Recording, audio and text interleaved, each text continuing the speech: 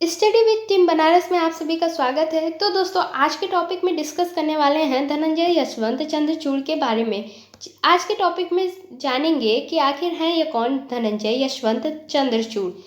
यह है भारत के मुख्य न्यायाधीश का पद ग्रहण करने वाले हैं, जो 9 नवंबर 2022 को अपना ये पद ग्रहण करने वाले हैं। तो ये भारत के मुख्य न्यायाधीश का पद ग्रहण करने के लिए तैयार हैं।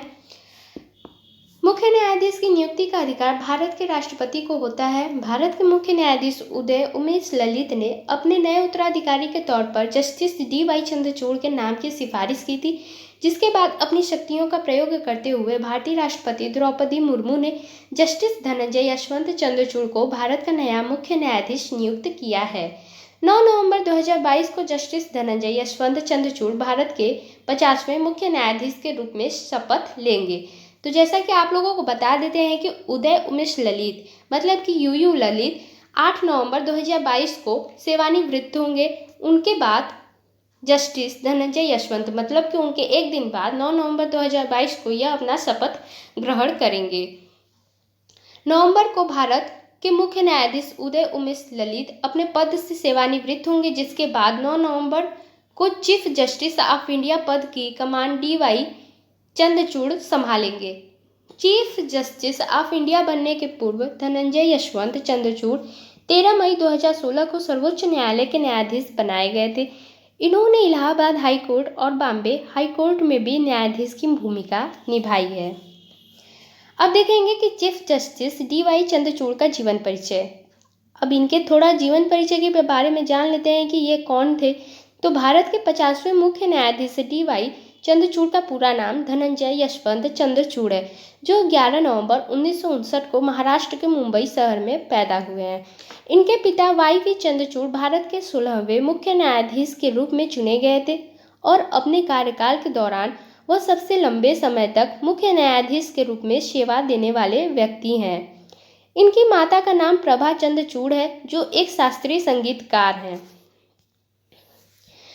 Justice D.Y.. चंद्रचूड़ की शिक्षा के बारे में देख लेते हैं कि जस्टिस डी.वाई. चंद्रचूड़ ने अपनी स्कूली शिक्षा कैथेड्रल और चान कानन स्कूल मुंबई और सेंट कोलंबिया स्कूल दिल्ली से की।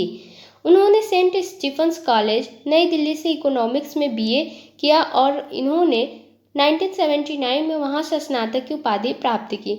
1982 में उन्होंने दिल्ली विश्वविद्यालय में बैचलर ऑफ लॉ की उपाधि प्राप्त की और 1983 में मास्टर ऑफ लॉ की डिग्री और 1986 में हार्वर्ड लॉ स्कूल यूएसए से जूरिडिकल साइंस में डॉक्टरेट की उपाधि प्राप्त की। Justice D.Y.. चंद्रचूड़ द्वारा लिए गए कुछ महत्वपूर्ण निर्णय। तो यह भी पिता की तरह जस्टिस चंद्रचूड़ 2016 में देश के सर्वोच्च न्यायालय में शामिल हुए और कई मामलों में महत्वपूर्ण भूमिका निभाई है, जिसमें सशस्त्र बलों में महिलाओं को अस्थायी कमीशन।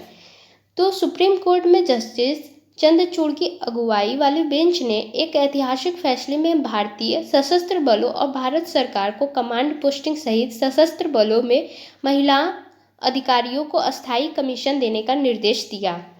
अब देखेंगे महिलाओं के लिए सबरीमाला मंदिर में प्रवेश। महिलाओं के अधिकारों की वकालत करने की अपनी प्रकृति के समान न्यायमूर्ति चंद्रचूड़ केरल के सबरीमाला मंदिर में महिलाओं के प्रवेश के पक्ष में बहुमत की राय का हिस्सा थे।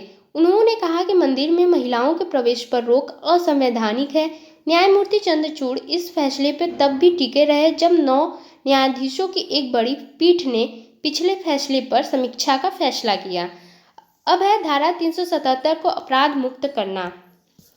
सितंबर 2018 में जब सुप्रीम कोर्ट ने समलैंगिकता को अपराध से मुक्त करने के लिए धारा 377 को पढ़ा, तो न्यायमूर्ति चंद्रचूड़ की सहमति ने इस बात पर प्रकाश डाला कि यह किसी भी व्यक्ति को यह निर्णय लेना कि उसको किससे प्यार करना है और किसके साथ अपनी जिंदगी बितानी है, यह उसका अधिकार है और हम उससे छीन नहीं सकते। फिर चाहे कोई भी व्यक्ति अपने किसी भी लिंग वाले व्यक्ति के साथ जीना चाहे, वह अपने फैसले लेने के लिए हमें अपने फैसले उसके ऊपर नहीं थोप सकते। गर्भपात कराने का अधिकार।